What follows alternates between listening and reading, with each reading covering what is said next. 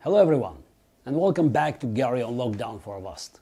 It's not often we have such a perfect match of a guest with the moment, but we certainly did it today. Cybersecurity is dominating the news lately. Just in the past few months, these attacks are moving from a cost most people only see in the news to directly affecting people's lives.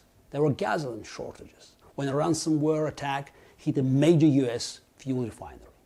Other attacks on hospitals and food processing plants have disrupted these most vital services. So who better to join me today than Nicole Perlroth, the cybersecurity reporter for the New York Times. She has been on the front lines of covering these attacks with one deeply reported article after another. She has investigated the history of these attacks, the criminals themselves, and the victims. Perlroth recently brought all that knowledge together in a book. The title will not inspire confidence, but that, of course, is the point. The book is called "This is How They Tell Me the World Ends: The Cyberweapons Arms Race." It reads like a thriller, and I highly recommend it, even if you are not devoted to these matters generally. And as I was saying, these attacks are only becoming more common and more dangerous. And we should all be as informed as possible. Of course, in fiction thriller, the good guys usually win in the end. In non-fiction, that's not always true. Right now, the bad guys seem to be doing quite well. How we change that is the focus of much of our conversation. Who is to blame? Private companies that prepared to just pay the ransom as the problem grew? Governments and agencies that felt they had more important things to deal with? And let us not just blame the victims. There are many bad actors in the world, especially the regimes that protect and often sponsor and direct these hackers. Changing their behavior will require resources, will, and a combination of law enforcement and political action. So let's dive in to this episode of Lockdown for Avast. Hello and welcome, Nicole Perlroth, to Garry on Lockdown for Avast. Of course, it's no longer lockdown because we are no longer locked in our apartments. We can travel with all the precautions, with all these papers, proof of vaccinations, and PCR tests, and God knows what. But to keep the integrity of the series, I call it lockdown. Still call it lockdown. And as I said in my introduction, I've been trying to get you on the show for a while now. But our crazy schedules kept delaying it. And during that period, I think there have been at least two more major cyber attacks against the United States making the headlines, including one just last week in the first week of July. So, in a way, it must be a good time to be the cybersecurity reporter at the New York Times, no? Depending on how you look at it, it's either a great time or a terrible time. I was just enjoying my 4th of July weekend with my child and my husband in Lake Tahoe when all of a sudden I started to see that everything was on fire again. And there was a ransomware attack that took out Swedish grocery chains and pharmacies and even railways. And, I can't cover all of them. So, it's not that there's only been two since we've tried to schedule this call. It's that there have been hundreds, and I can't cover every single one of them. So every day I'm asking myself, okay, they've hit a coal company. Do we care about coal today, or do we care more about this hospital that was hit, or this gas pipeline, or this food supplier making? But that is where we are. These ransomware attacks are happening. And in some ways, I think they're a little bit of a blessing in disguise in that for 10 years, I've been covering cybersecurity and cyber attacks. And most of them go under the radar because you can't see them. They're Chinese intellectual property theft, or they're Russian incursions of the American grid. Well, the good news about ransomware is they're really hard to hide, because they freeze up networks. And now there's this 1-2 punch where they don't just hit your network and hold your data hostage, but they actually leak your data online and extort you a second ransom demand to delete your data. And so suddenly it feels like these are hitting us all of a sudden, when in fact, this has been happening for a decade. It's just that we're finally starting to see them with our own eyes. Okay, so you're talking about some, apocalyptic, picture. So this is, could we expect gas shortages, the potential for food shortages, attacks on hospitals and other healthcare infrastructure during a pandemic? Okay, this one is over, but maybe the next one. So and it's not, it's not just, a corporate or government problem, but because it affects, everybody. It's hitting regular citizens directly. Now, the question is there something people can do, beyond just staying informed? Is there legislation to support, a way to pressure companies, or other actions? What should we demand from those who can defend us against these attacks? It's a hard question, but we know the answer. We just don't use those answers because of market reasons. So, for instance, most of the critical infrastructure here in the United States, at least, the vast majority of it is owned by the private sector. Okay? It's businesses that own our water treatment plants and our utilities and our gas pipelines. And the sad story has been that every time we have tried to raise the bar on those businesses when it comes to their cyber defense, lobbyists have always come in and said, nope, this is going to be too burdensome, too expensive for the private sector. We will not acquiesce to any kind of legislation that forces companies to improve their cybersecurity.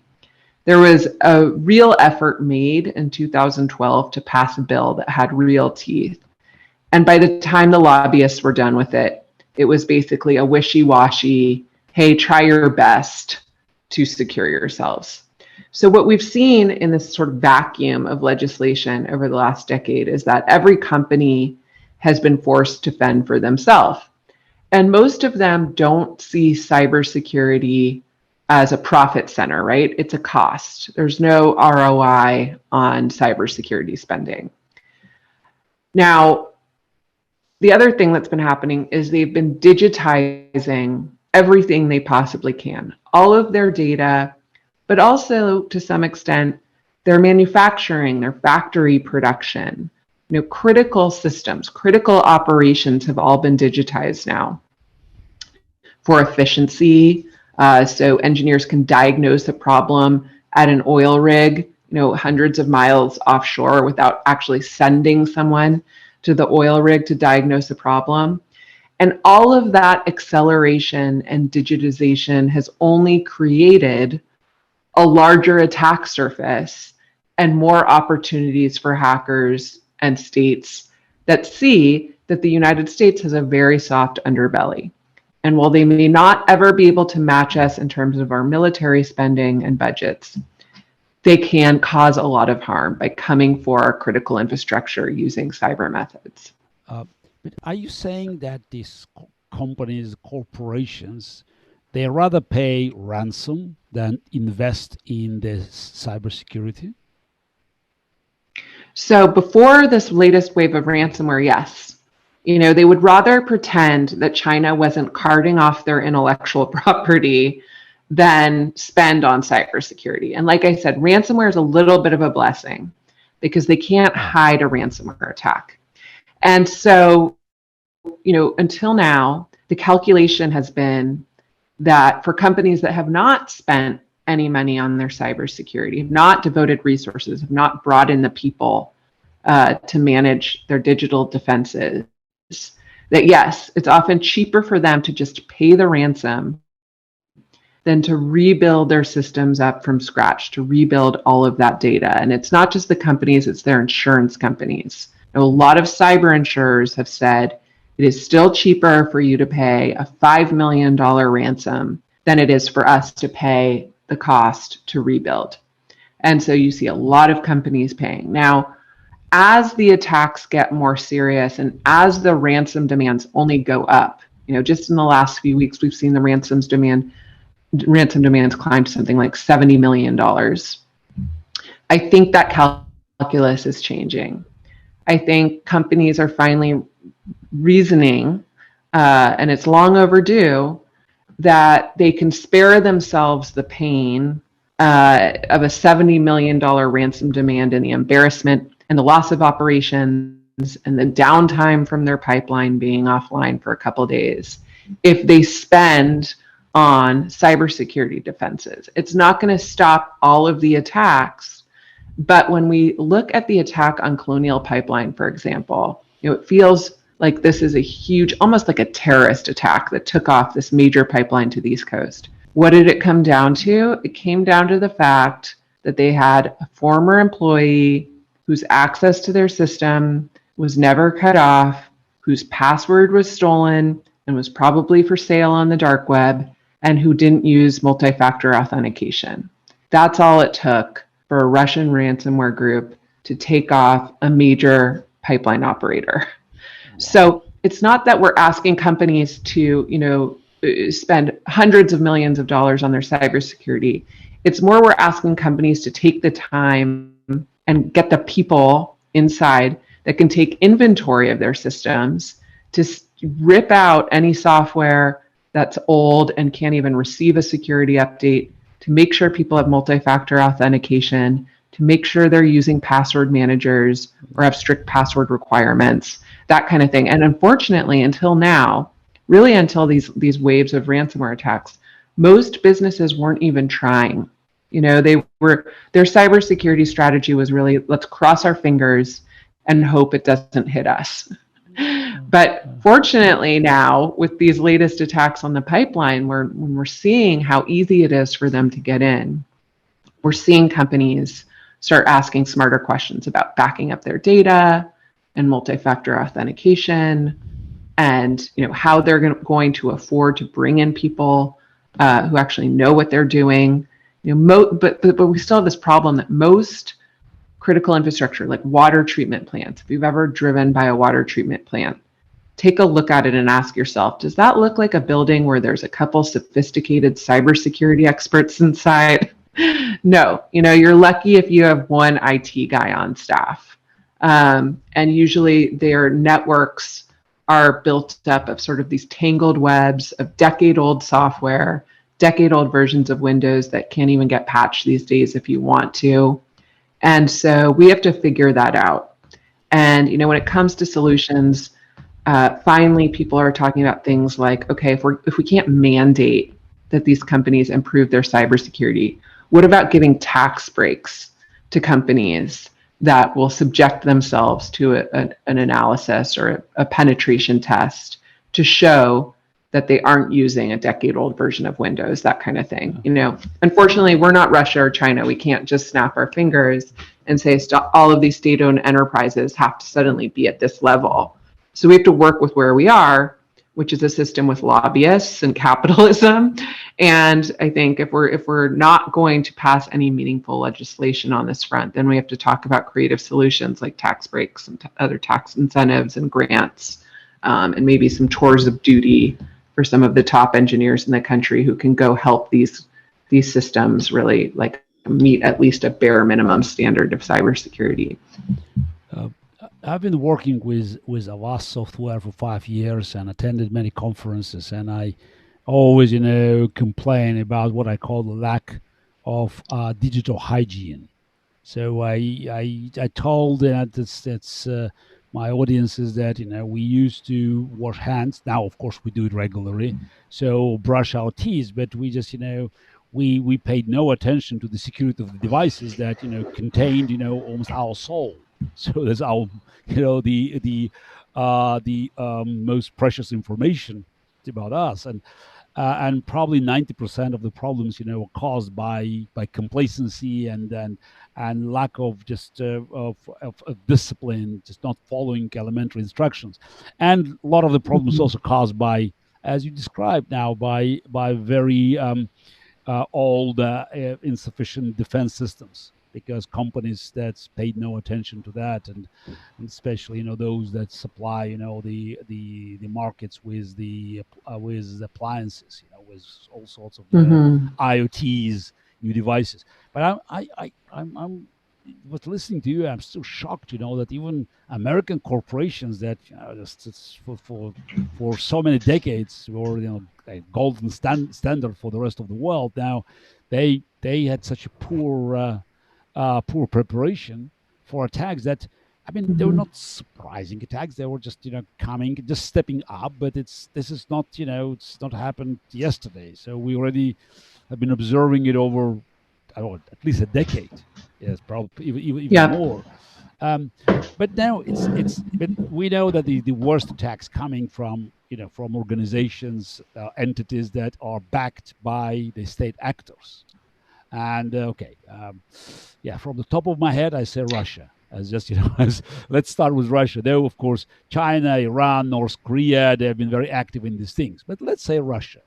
So and if it's the state actors on one side, state institutions, so we definitely have to look at American government, at the administration, and so what can they do? The regular law enforcement is not going to work here. And we are now probably entering some sort of a gray area, this kind of blurry lines that modern dictatorships are so good at exploiting. Now, so where do we begin establishing legal and geopolitical frameworks and fighting back? Yeah, I mean, this is a come at it from all sides problem. As someone said to me, there's no silver bullets, but there is a silver buckshot. And that buckshot, basically, we have to raise the bar of our cybersecurity. We have to do that. Otherwise, every time there's an attack that crosses a red line that we've set for Putin, and we're deciding how to respond, if we're this vulnerable like we are right now, that a pipeline can be breached through some old inactive employee account, we're always going to be coming at this from but what will Putin do? And so we need to get out of that cycle of, but what will Putin do? Now, in terms of, international cooperation or agreements, we could agree to a digital Geneva Convention that says, we won't hack civilian systems if you don't hack ours. And that means don't hack our elections, don't hack our hospitals, don't hack our power grid, any kind of civilian system. But you know better than anyone that Putin doesn't follow the rules. And what would likely happen, even if we got that kind of agreement, is that it would only handcuff the United States while Putin would just outsource his operations to Russia's cyber criminals. And same with China. The most sophisticated attacks that we see coming out of China right now no longer come out of the PLA. They come out of the loose satellite network of contractors that loosely works for the Ministry of State Security. Many of them are private employees at Chinese companies that then get tapped on the shoulder at night and they say, tonight you're moonlighting for us. So, the idea that the United States would agree to something like that is still very unlikely and still very slim. So what can we do? Well, I think the number one thing we have to do is impose greater costs, because right now we're like the cheap date. Anyone can come here and hack an American company and there's no consequences. There might be some sanctions, there might be some expulsion of diplomats, maybe there'll be some indictments, but as we all know, Putin doesn't arrest his cyber criminals. So we just pray for the day that one of them is stupid enough to go travel to the Maldives for vacation where we can pick him up. That is not a scalable deterrent strategy. So the question is, what can we do?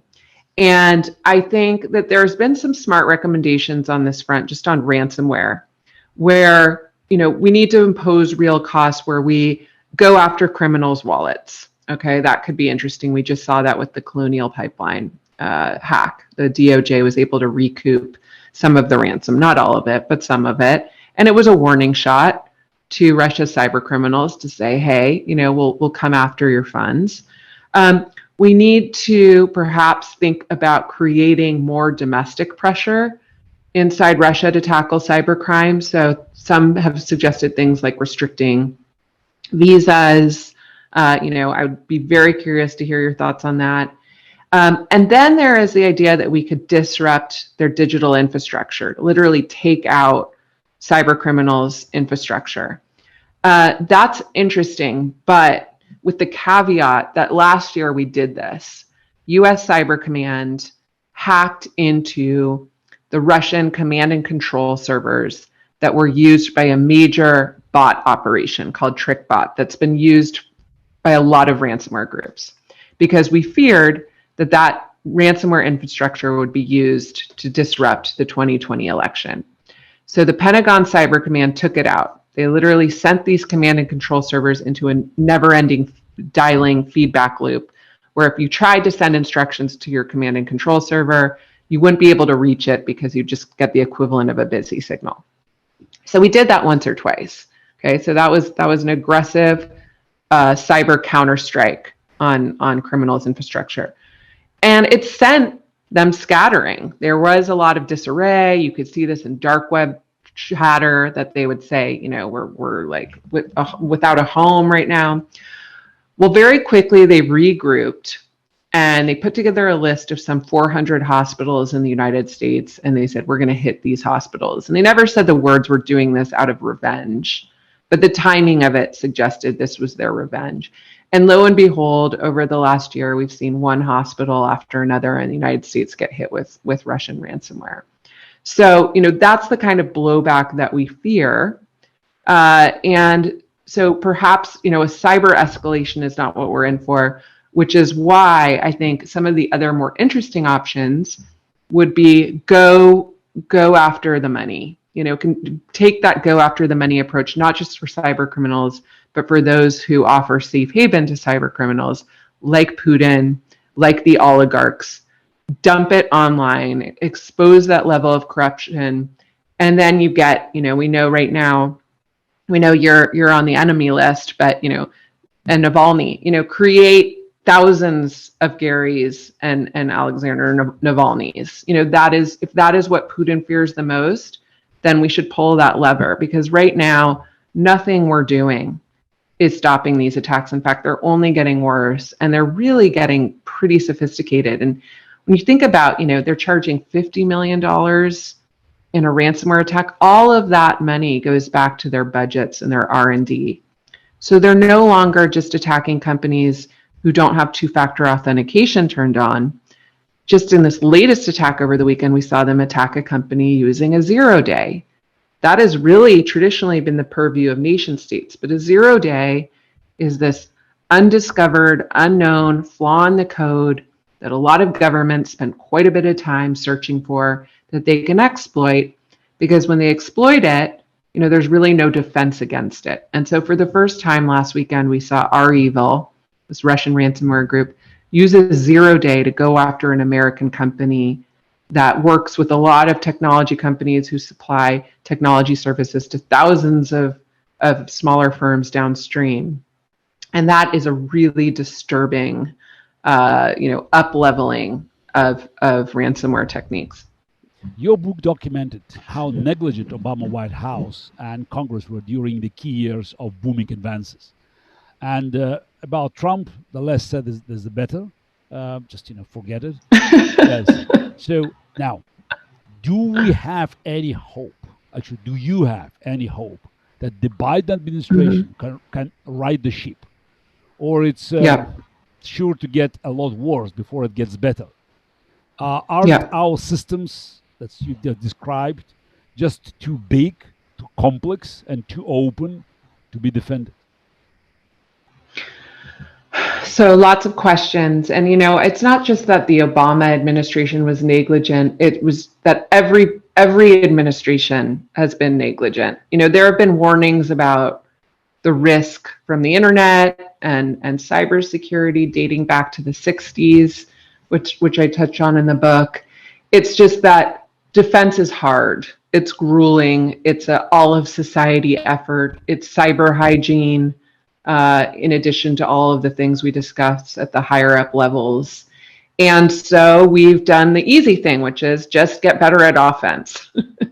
The problem is, the United States is still the world's top dog when it comes to cyber offense. No one has pulled off anything close to the attack that the United States and Israel pulled off on Natanz, Stuxnet, the worm that took out the centrifuges at the Natanz nuclear facility. But our lead is slipping. We see Russia pulling off increasingly more sophisticated attacks. The one that keeps me up at night was an attack on Petro Rabai, which is a Saudi petrochemical company they pulled off a couple years ago, where they got as far as to use a 0-day to take out the Schneider Electric safety locks at the plant, the very last thing that prevents an explosion. And I think there too, they were testing. Just like Ukraine has been Russia's petri dish, I think there's been a number of attacks we've seen that are really random targets. But when you put them all together, you see, Russia is testing their capabilities, and their capabilities are getting better and better. So now they have the access to US systems. We've seen them breach power plants, nuclear plants, but they also now have the capabilities to pull off a really serious attack, a cyber Pearl Harbor type attack. So what do we do? Okay, so I think, the lesson there is you can be the top dog in offense, but it's not enough to deter your adversaries. Okay, so it's not enough for them to stop, because right now the United States is arguably one of the most targeted nation states in the world. And like we discussed, it's also arguably one of the most vulnerable because we're so digitized. So I think the goal is to create almost something like an Israeli cyber iron dome, a nation that can exist around hostile activity that imposes serious consequences when its defenses are breached. And that is really the only way forward. So yes, we have to raise the defense significantly, and that is a major challenge in a free market society like our own. And yes, we also have to continue with offense. We have to impose costs on those nations that seek to do us harm. And we haven't imposed costs yet. After North Korea, I'm just going to step away from Russia for a moment. After North Korea took out Sony because they didn't like a film that they were putting on, basically an attack on free speech. They didn't just leak executives' emails and get them fired. They decimated 70% of Sony's servers. When Iran didn't like something Sheldon Adelson said, he decimated servers at Sands Casino. No one's ever paid any real cost for those attacks. And neither has Russia for that massive attack on Ukraine. The attack I start with in the book, not Petya, was an attack on Ukraine that used stolen NSA hacking tools. And it was aimed at Ukraine. But one thing they didn't intend to, I think, was that it hit any business that had even a single employee working in Ukraine. So it hit FedEx. It did something like $400 million in damage to FedEx. It hit Merck. Merck had to tap into the CDC's emergency supplies of Gardasil vaccine that year because their vaccine production systems had been wiped out. And no one ever actually got paid back from their insurance companies from those attacks, because when it came time for the insurance companies to pay, the insurance company said, look at this tiny little fine print where we have a war exemption.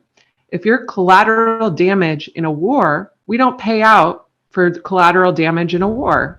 So none of those companies have recouped any money from those attacks. And these are on American companies, so talk about paying no price. This was a Russian attack on Ukraine that took out our vaccine production systems and FedEx, and they've paid no price. Yeah.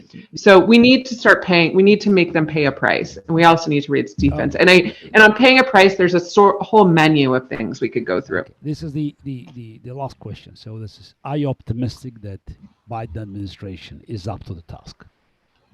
Yes. Or no? So I will say yes. Just give us some hope. Say yes. Yes, I will. Okay. So here's what you need to know about Biden. Yeah. So. Yeah. Yes. Okay. Yeah. I take you. Yes. Just take you. Yes. As reassurance. So that's we'll see. So yes, this is. Yeah. I don't want just to go too much into the details, because I'll start asking more questions. Right. I'm more skeptical, I have to say. But right. It's nice to hear the optimistic word. Okay, thank you very much. So, and thank you very much for joining me in lockdown. And oh, you are the cybersecurity reporter for the New York Times and the author of the very important new book that everybody must read. This is how they tell me the world ends. But as we heard from you, the world is not going to end because Biden administration is going to stop the apocalypse. Thank you very much, Nicole. Thank you, Gary.